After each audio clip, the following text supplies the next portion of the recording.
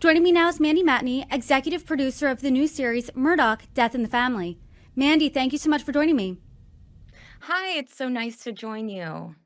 I don't know where to start our conversation, so I figured I'd start right there with a nod to the Murdaugh Murders podcast, the podcast you hosted, where you shared about what you do know about the Murdaughs, and your reporting in real time over those countless episodes really peeled back the layers of this really tangled webs that the Murdaugh family wove over years in South Carolina. You've covered this story for years. You've covered this family for years. You are arguably the leading reporter in the country when it comes to all things Murdaughs. Why do you think it's a story that needs to be told, especially because it is such a complicated story? I think for a lot of reasons, but I think in general right now, especially at this time that our country is in, it's really good to see a person stick up to the system and to see a system being dismantled basically through journalism and through good lawyers and through people speaking up and getting brave. I mean, at the beginning, when I first started investigating this case in 2019, people in Hampton were scared to say the name Murdaugh to any reporter ever, because of how powerful they were. And then, wow, that has changed a lot in the last few years. So I think ultimately it's a very sad story, but it's also a story with hope and inspiration. And to that point, when the Murdaughs made national headlines, it was a murder story about the killings of Maggie and Paul Murdaugh in June of 2021.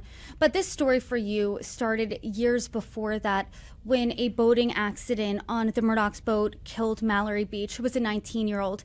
And this is not just a story about murder, it's a story about power, corruption, financial crimes, a community where there's a real sense of a two-tiered justice system.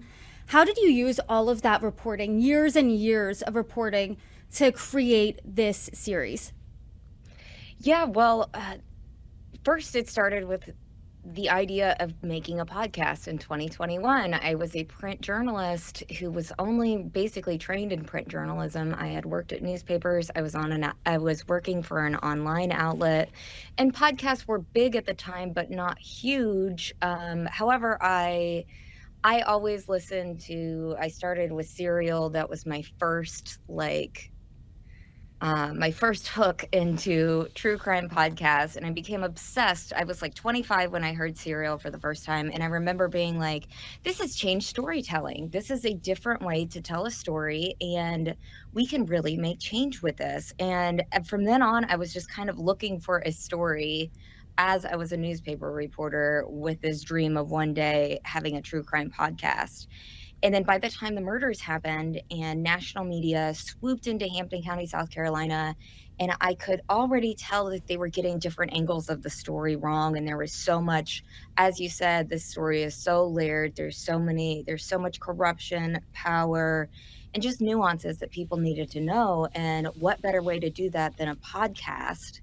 Versus writing a story. A lot of times, as you two know, as a journalist, you write a story, and a lot of times people just don't read the whole thing.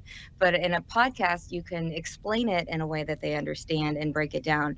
So from that, we had 94 episodes of the Murdaugh Murders podcast. It just kept going and expanding.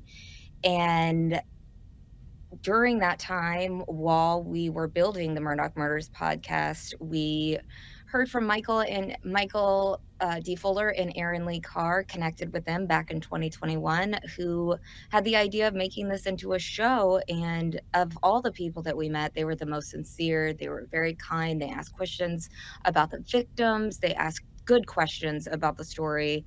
And so I decided to partner with them. So it just became this. I was reporting for years, and the beauty of this show is that I did most of the hard work years ago. So in the last couple of years, it's been nice.